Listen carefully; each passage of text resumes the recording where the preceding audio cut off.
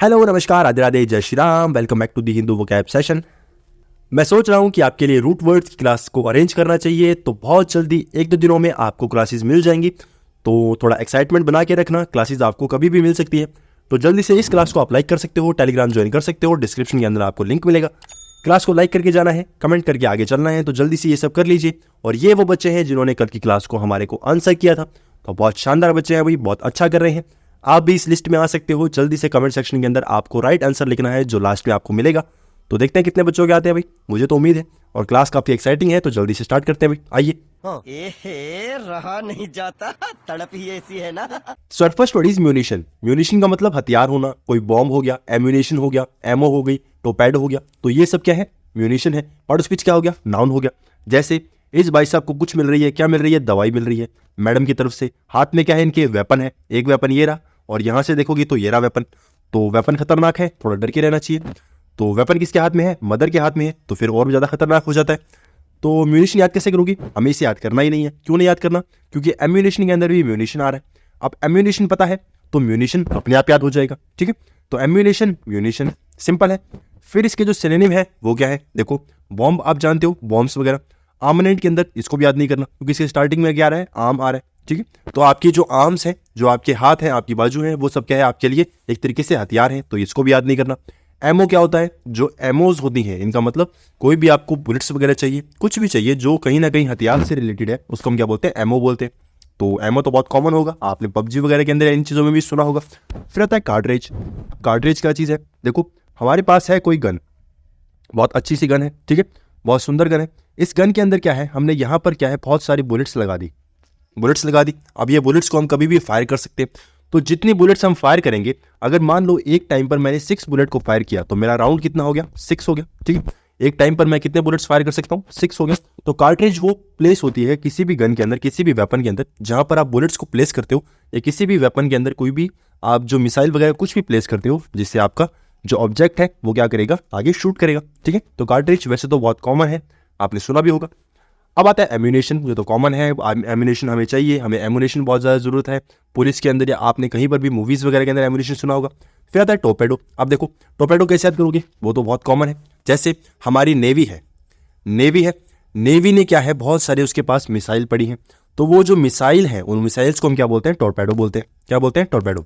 तो जो नेवी के पास जो मिसाइल है, जो अंडर वाटर वो शूट करती हैं, उनको क्या बोलते हैं? टोर्पेडो। तो याद करने में प्रॉब्लम नहीं आएगी, ठीक है। छोटी सी डेफिनेशन है, डेफिनेशन भी नहीं है, छोटा सा इनके लिए नॉलेज है। अब इसी के लिए एंटोनिम कुछ खास है नहीं, तो क्रॉस करके चलते हैं आगे। ऐसे में बड़ा सख्त लौंडा हूं, लेकिन यार यहां में पिघल गया। अब आता है हमारा कल का साइन ऑफ इडियम, जो था a person is similar in behaviour और एक्शंस इन हिज पेरेंट्स। कोई पर्सन है जो अपने पेरेंट्स के बिहेवियर और उनके एक्शंस में बहुत ज्यादा सिमिलर है, उसको हम क्या बोलेंगे? तो बहुत से बच्चों ने राइट आंसर किया है, ठीक है, तो बहुत अच्छी बात है। राइट आंसर इसका क्या होगा? Chip off the old block. कोई भी पर्सन है जो पुराने ब्लॉक्स हैं उनकी कहीं ना कहीं चिप है, ऐसे सोच सकते हो, ठीक है। तो बहुत ईजी था, इसको समझना ईजी है, तो याद नहीं करना पड़ेगा। याद नहीं करना पड़ेगा तो आगे चलते हैं, चलो भाई। वेल डन, तालियां होनी चाहिए यार हमारे लिए। नेक्स्ट वर्ड है बिरेफ्ट। बिरेफ्ट का मतलब होता है काफी ज्यादा प्यार में दुखी होना, बहुत ज्यादा मिस कर रहा है किसी को। जैसे साला ये दुख का है, खत्म नहीं होता बे, तो भाई बहुत ज्यादा दुख है इस बंदे को, बहुत से लोगों को भी दुख है। तो बिरेफ्ट का मतलब क्या होगा? प्यार में दुखी होना, काफी ज्यादा मिसिंग है, काफी ज्यादा मिस कर रहा है वो।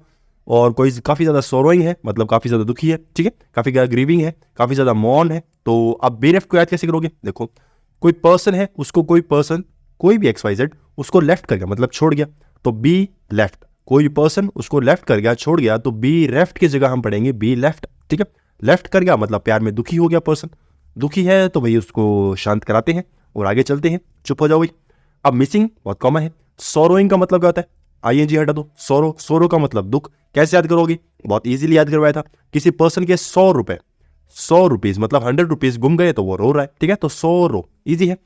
फिर आता है, नेक्स्ट आता है ग्रीव। अब देखो, ग्रीव का मतलब क्या होता है? काफी ज्यादा दुख होना। ये वर्ड जो है बहुत ज्यादा इजी है, बहुत ज्यादा रिपीट होता है, तो बहुत कॉमन भी है। तो ग्रीव का मतलब क्या होता है? दुखी होना, तो ग्रीविंग का मतलब भी दुखी हो गया। रॉब्ड हो गया, तो कोई पर्सन है जिसको चोरी हो गई, जिससे घर में चोरी हो गई, तो वो दुखी तो होगा, ठीक है। कोई उसकी बहुत प्यारी चीज थी, वो चोरी हो गई, तो ऐसे भी याद कर सकते हो, किसी ने रॉब कर लिया उसके घर को, ठीक है। फिर आता है मौन। अब देखो, मौन का मतलब क्या होता है? बहुत जोर जोर से रोना, या फिर ऐसे समझ सकते हो, बहुत ज़्यादा रोना, तो रोएगा क्यों भाई? काफ़ी ज़्यादा दुखी है। दुखी क्यों है? या तो प्यार में हो सकता है या किसी भी चीज़ में हो सकता है। तो मॉर्न कर रहा है मतलब रो रहा है, बहुत ज़ोर ज़ोर से रो रहा है, तो ऐसे याद कर सकते हो भाई, ठीक है। या फिर ऐसे याद कर लो, मॉर्निंग में किसी को उठा दिया तो वो रो रहा है कि यार मुझे सुबह सुबह उठा दिया, तो दुखी है, ठीक है।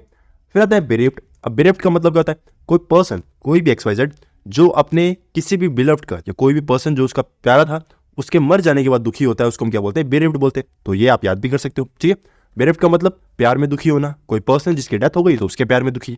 अब उसी का अपोजिट क्या है? काफ़ी ज़्यादा हैप्पी है, काफ़ी ज़्यादा डिलाइट है, ठीक है। तो बहुत कॉमन चीज़ है, लाइट आ गई तो खुश हो गए, ये ऐसे याद कर सकते हो। अगर नहीं याद है तो आगे चलते हैं। मैं तो थक गई भाई। नेक्स्ट हमारा ईडियम है एट द लास्ट मोमेंट। अब ये ईडियम नहीं है, ईडियम तो ये वाले हैं, ये इसका ऑप्शन है। तो अब कौन सा ऑप्शन जो है वो ईडियम कहलाएगा इसके लिए अब देखते हैं। देखो, एट द 12th आवर नहीं है, ये नहीं है। एट द लास्ट आवर ये भी नहीं है। एट द फर्स्ट आवर ये भी नहीं है। तो राइट आंसर क्या होगा? At the 11th hour. तो ये जो क्वेश्चन है काफ़ी ज़्यादा एग्जाम्स में आ चुका है, तो इंपॉर्टेंट तो हो गई, वैसे तो बहुत कॉमन है तो इसको याद भी कर सकते हो, ठीक है। 11th आवर है, लास्ट आवर है, ऐसे याद कर लो, ठीक है। या फिर ऐसे याद कर सकते हो 11th क्लास है, बहुत ज़्यादा बर्डन नहीं होता तो एंजॉय करने के लिए लास्ट क्लास है, ऐसे याद कर सकते हो, ठीक है। आगे चलते हैं। और अभी तो रुको, क्लाइमैक्स अभी बाकी। नेक्स्ट वर्ड है एब्सकॉन्ड। एब्सकॉन्ड का मतलब होता है भगोड़ा या फिर भागना। कोई पर्सन है जो भाग रहा है, तो पार्ट ऑफ स्पीच तो वर्ब हो गई, तो भाग रहा है इसका मतलब भगोड़ा है। भगोड़ा है तो उसको देखना पड़ेगा इसकी सिनोनिम क्या है, जैसे रन अवे, फ्ली हो जाना। उसेन बोल्ट नाम सुना होगा, तो भाग रहे हैं बोल्ट, ठीक है। वेनिश, वेमोस, जैसे गोटी कल्टी मार, तो कल्टी मारने की बात हो रही है, मतलब भागने की बात हो रही है, तो गोटी कल्टी मार, इसको याद करके हम भी कल्टी मारेंगे। तो एब्सकॉन्ड कैसे याद करोगे? देखो ऐसे याद कर सकते हैं आपको, जैसे पहले हमने पीछे वर्ड क्या सुना था, प्यार में दुख हुआ है काफ़ी, तो काफ़ी ज़्यादा दुख हुआ है तो आपने एब्स बना लिए, ठीक है। एब्स बना लिए तो अब आपसे सब लोग क्या कर रहे हैं? डर रहे हैं, भाग रहे हैं आपसे, ठीक है। तो ऐसे याद कर सकते हो। एब्स बना लिए तो कौन है जो नहीं डरता हमसे? एब्स बना लिए तो कौन है जो नहीं डरता हमसे? तो ऐसे याद कर सकते हो। तो एब्स भी हो गया, कौन भी हो गया, नहीं भी हो गया और डरता भी हो गया, ठीक है। तो जैसे चाहो वैसे याद कर सकते हो। बहुत बड़ी ट्रिक हो जाएगी तो सिंपल तरीके से याद कर लोगे, ज़्यादा बेटर रहेगा। रन अवे पता है, फ्ली का मतलब उड़ जाना, बोल्ट का मतलब भाग जाना, तो याद करने के लिए ऐसे भी याद कर सकते हो। उसेन बोल्ट काफ़ी तेज भागते हैं।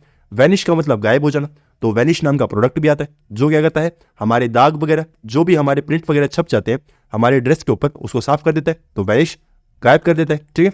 तो जो दाग है वो दाग अच्छे हैं, ये आपने ऐड सुनी होगी। वेमूज का मतलब क्या है? इसका मतलब भी गायब हो जाना, तो ये आपको याद करना पड़ेगा, ठीक है।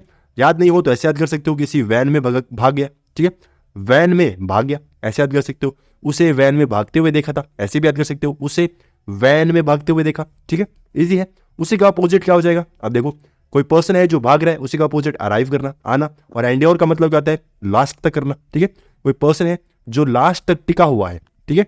जैसे आप प्रिपरेशन कर रहे हो, स्टार्ट किया आपने, थोड़े समय बाद अगर छोड़ दोगे तो भगोड़े हो जाओगे, अगर लास्ट तक टिके रहोगे तो एंड्योरिंग हो जाओगे, ठीक है, इजी है। आगे चलते हैं। नेक्स्ट हमारा ईडियम है जो कि आपके पास ऑप्शंस है और इसका आंसर है कंफ्यूज। तो कंफ्यूज हो रहे हो तो इसके आंसर में कौन सा ईडियम इसको सेटिस्फाई करेगा ये हमें बताना है। तो एट स्पेस, एट बेंच, और sorry at beach, at ground and at sea, कौन सा इसका राइट आंसर होगा? देखो सोचो, आपको मैं टाइम देता हूँ, 1 सेकंड, 2 सेकंड, 3 सेकंड, बहुत टाइम दे दिया। राइट आंसर क्या होगा? एट सी। अगर आप सी में हो, ठीक है, आप समुद्र में हो, तो आपको चारों तरफ कुछ भी दिखाई नहीं दे रहा, तो आप क्या हो चुके हो? कंफ्यूज हो चुके हो। ग्राउंड पे तो आपको कहीं ना कुछ दिख जाएगा, बीच पे भी कुछ ना कुछ दिख जाएगा, स्पेस में भी कुछ दिख सकता है, पर इसका मतलब ये नहीं कि आप कंफ्यूज हो, ठीक है। तो सी के अंदर आप कंफ्यूज हो तो आपको होप है, ऐसे भी याद कर सकते हो। सी में होप मिलती है, स्पेस में होप नहीं होती, ठीक है। तो कंफ्यूज होने की बात ही नहीं। आगे चलते हैं। भाई साहब कुछ ज्यादा नहीं हो गया ये? मतलब कुछ भी। नेक्स्ट हमारा वर्ड है फेस्टरिंग। फेस्टरिंग का मतलब सड़ना। कोई चीज़ है जो इन्फेक्टेड हो चुकी है, काफ़ी ज़्यादा फीवर्ड में हो, फीवर हो चुका है तो काफ़ी ज़्यादा सड़ चुके हो, ऐसे भी याद कर सकते हो। तो फेस्टरिंग है, पार्ट स्पीच का होगा, एडजेक्टिव हो गया। याद कैसे करोगे? देखो, बहुत फास्ट गाड़ी चला रहे थे, बहुत फास्ट गाड़ी चलाओगे तो चोट लग सकती है, चोट सड़ भी सकती है, ठीक है। तो फेस्टरिंग, फास्टरिंग ऐसे याद कर सकते हो। या फिर फास्ट काफ़ी गाड़ी चला रहे थे और रिंग्स बना रहे थे, ऐसे भी याद कर सकते हो, ठीक है। आपका दिमाग है, आपकी चॉइस है, जैसे याद करना चाहो। फेस्टरिंग का मतलब सड़ना, इन्फेक्ट हो जाना, फीवर हो गए तो काफ़ी सड़े हुए लग रहे हो। स्वॉलन का मतलब काफ़ी सूज गया है, कोई चीज़ काफ़ी ज़्यादा उठ चुकी है, ठीक है, काफ़ी ज़्यादा स्वॉलिंग हो चुकी है, तो ऐसे याद कर सकते हो। ब्लिस्टर का मतलब क्या होता है? कोई चीज़ जो काफ़ी घाव हो चुका है, ठीक है।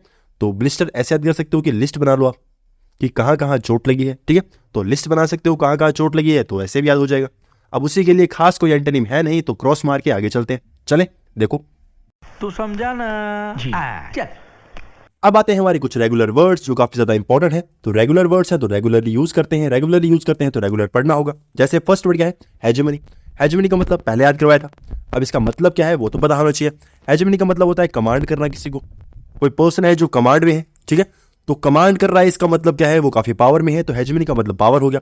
अब याद कैसे करोगे, किसी पर्सन के पास, किसी भी पर्सन के पास मनी है, ठीक है, तो मनी है तो ऐसे याद कर सकते हो है जी, उसके पास मनी है तो है जी मनी, उसके पास बहुत ज्यादा मनी है तो कमांड कर रहा है लोगों को, बहुत ज्यादा पावर दिखा रहा है, तो इजी है जी मनी। थोड़ा साफ करके दिखा दो, क्या है जी मनी, इजी है। अब आगे देखो, नेक्स्ट वर्ड है टैरिफ। टैरिफ का मतलब क्या होता है, टैक्स होना या फिर कोई भी फीस होना, ठीक है, कोई भी फी है, कोई भी टैक्स है, उसको हम क्या बोलेंगे, टैरिफ बोलेंगे। तो ऐसे याद कर सकते हो, तारीफ करने के पैसे नहीं लगते, ठीक है, तारीफ करने के पैसे नहीं लगते तो तारीफ कर सकते हैं, ठीक है। तो टैरिफ का मतलब होता है टैक्स होना, फीस होना, पैसा होना। अच्छा, न्यूएंस का मतलब क्या है, बहुत बारीकी से, बहुत आप बारीकी से किसी चीज को ऑब्जर्व कर रहे हो, वो होगा न्यूएंस, ठीक है। जैसे कोई चीज आप न्यू लेकर आते हो, न्यू लेकर आए तो इसका मतलब क्या है, जो पुरानी वाली चीज थी, या फिर ऐसे सोच सकते हो कोई भी आप ऑब्जेक्ट दो लेकर आते हो, जैसे मान लो एक आईफोन एक ब्लू कलर में लेकर आए और दूसरा आईफोन जो है आप क्या कर लेंगे, ग्रीन कलर में लेके आए, तो इसका मतलब क्या होगा, ब्लू और ग्रीन में खाली कलर को छोड़कर कोई भी चेंजमेंट नहीं है, दोनों क्या है एकदम सेम है, तो काफी न्यूएंस है, काफी ज्यादा उसमें क्या है, बारीकी से देखोगे तो भी कोई आपके अंदर कोई चेंज नहीं मिलेगा। नेक्स्ट वर्ड है ब्लीक। ब्लीक का मतलब क्या होता है, ठंडा होना। अब याद कैसे करोगे, देखो कोई चीज है जो लीक हो रही है, जैसे आपकी पॉकेट में आपने कुछ सामान रखा और वो धीरे धीरे लीक हो रहा है, तो पॉकेट गीली होगी तो ठंडी लगेगी, ठीक है, तो ठंडा हो जाएगा, ठीक है, ठंडा हो गया तो लीक हो गया तो याद नहीं करना पड़ेगा, तो ऐसे याद कर सकते हो, ठीक है। स्ट्राइफ का मतलब क्या होता है, काफी ज्यादा मेहनत करना, काफी स्ट्रगल करना, तो ऐसे याद कर सकते हो, आपने स्ट्राइक लगा दी, ठीक है, स्ट्राइक वगैरह कर रहे हो, कोई भी आप किसी का विरोध कर रहे हो तो स्ट्राइक इजी है। स्ट्राइफ का मतलब क्या होता है, स्ट्राइक कर रहे हो मतलब विरोध कर रहे हो, अपोज कर रहे हो, मेहनत कर रहे हो। यूज सर्व का मतलब क्या होता है, कोई पर्सन है जिसने धोखा दिया है, ठीक है, या फिर ऐसे कह सकते हो कोई चीज आपकी हड़प ली, क्या कर लिया, कब्जा कर लिया, तो कोई सर्प था, ठीक है, कोई पर्सन है जो सर्प बन के क्या है आपके ऊपर हमला कर गया, यू सर्प, तुम सर्प बनकर क्या है मेरी चीजों को हड़प गए, ऐसे याद कर सकते हो, बहुत इजी है, तो आगे चलते हैं। शाबाश बेटा, बहुत बढ़िया मुन्ना। नेक्स्ट वर्ड है क्रॉनिज्म। क्रॉनिज्म का मतलब पक्षपात होना, पैटर्नेज हो गया, सिविलिटी होगी, तो पार्ट ऑफ स्पीच क्या हो गया, नाउन हो गया। क्रॉनिज्म का मतलब अब देखो, एक आप जानते हो क्रोनोलॉजी और एक है ये क्रॉनिज्म, तो इसका रिलेशन टाइम से नहीं है, ठीक है, कहीं आप टाइम से इसको रिलेट कर दो। क्रोनोलॉजी का मतलब टाइम से रिलेटेड होता है और क्रॉनिज्म का मतलब टाइम से रिलेटेड नहीं है, तो थोड़ा दिमाग चला लेना, ठीक है। क्रॉनिज्म का मतलब क्या होता है, पक्षपात करना, किसी के लिए कुछ ना कुछ सोच रहे हो, तो कोई पर्टिकुलर पर्सन है उसके बारे में सोच रहे हो तो पैट्रनेज हो, ठीक है, उसके बारे में कहीं ना कहीं उसको फेवर कर रहे हो, काफी सिविल हो, सिविलिटी है, तो आप क्या कर रहे हो, सामने वाले से सभ्य तरीके से बात कर रहे हो, ठीक है, तो पक्षपात कर रहे हो, किसी के साथ अच्छा बात कर रहे हो, किसी के साथ बुरी बात कर रहे हो, ठीक है, तो सिविलिटी होगी। नेक्स्ट वर्ड है डिफेंस। अब देखो डिफरेंस है, ये डिफेंस नहीं है, क्या है, डिफरेंस, DEFERENCE। डिफरेंस का मतलब क्या होता है, किसी को ओबे करना, किसी की बात को मानना, तो ओबे करोगे मतलब सामने वाले की बातों को मानोगे, तो कम से कम उसके लिए पक्षपात कर रहे हो। जैसे आप मेरी बात मानोगे, किसी थर्ड पर्सन की बात को नहीं मानोगे तो पक्षपात हो गया, ठीक है, मेरी सुन रहे हो, किसी और की नहीं सुन रहे, इजी है।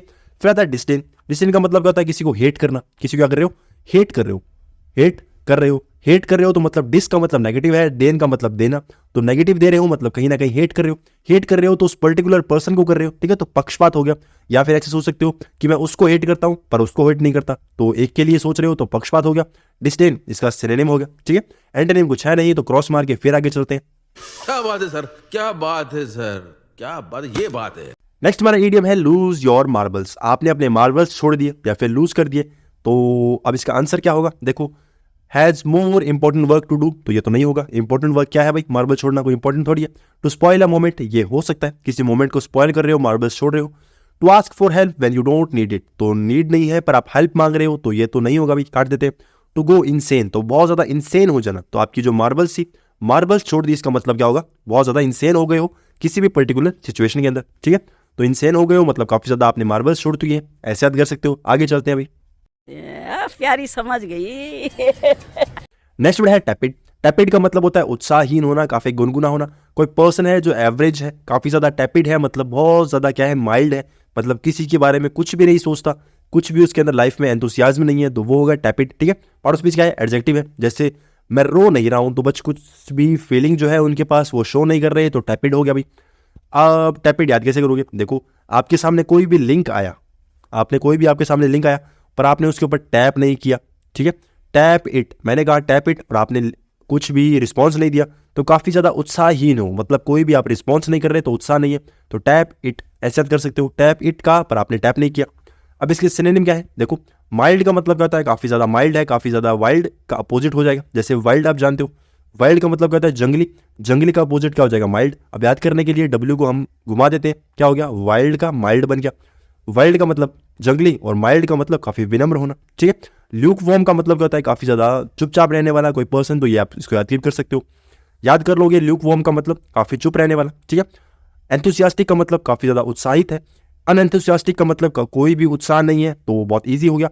अपैथेटिक, देखो पैथी का मतलब बहुत बार बता दिया क्या मतलब होता है, पैथी का मतलब फीलिंग, अपैथी का मतलब कोई फीलिंग नहीं है, तो उत्साहहीन है, कुछ गुनगुना है। अब देखो जो पानी होता है, जो वाटर होता है, एक तो बहुत ज़्यादा गर्म है और एक है बहुत ज़्यादा ठंडा, और उसी के बीच में गुनगुना है, मतलब कुछ भी नहीं है, ठीक है, उत्साहहीन है।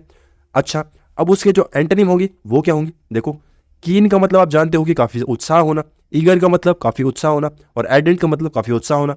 तीनों चीज़ों का मतलब उत्साह है, काफ़ी ज़्यादा क्या है आपके अंदर एंथुसियाज्म है। और ये जो तीनों है ये कहीं ना कहीं एग्जाम्स में आ चुके हैं, ये भी आ चुका है, ये भी आ चुका है, ये भी आ चुका है और ये भी आ चुका है। तो सभी वर्ड्स जो है इंपॉर्टेंट है। तो कीन आप ऐसे याद भी कर सकते हो, सिंपल वर्ड है। ईगर ऐसे याद कर सकते हो कि आपने ईगल देख ली, ईगल देख ली, या छोटे बच्चे ने ईगल देखी तो काफ़ी ज़्यादा उत्साहित हो गया, ठीक है। और एडेंट ऐसे याद कर सकते हो, आपकी गाड़ी के ऊपर डेंट लग गया, क्या लग गया, डेंट लग गया, तो अरे डेंट ऐसे याद कर सकते हो, अरे डेंट लग गया, अब क्या होगा, ठीक है। तो अरे डेंट ईजी है। अब उसी के जो आगे वर्ड्स हैं वो देखते हैं आगे क्या है।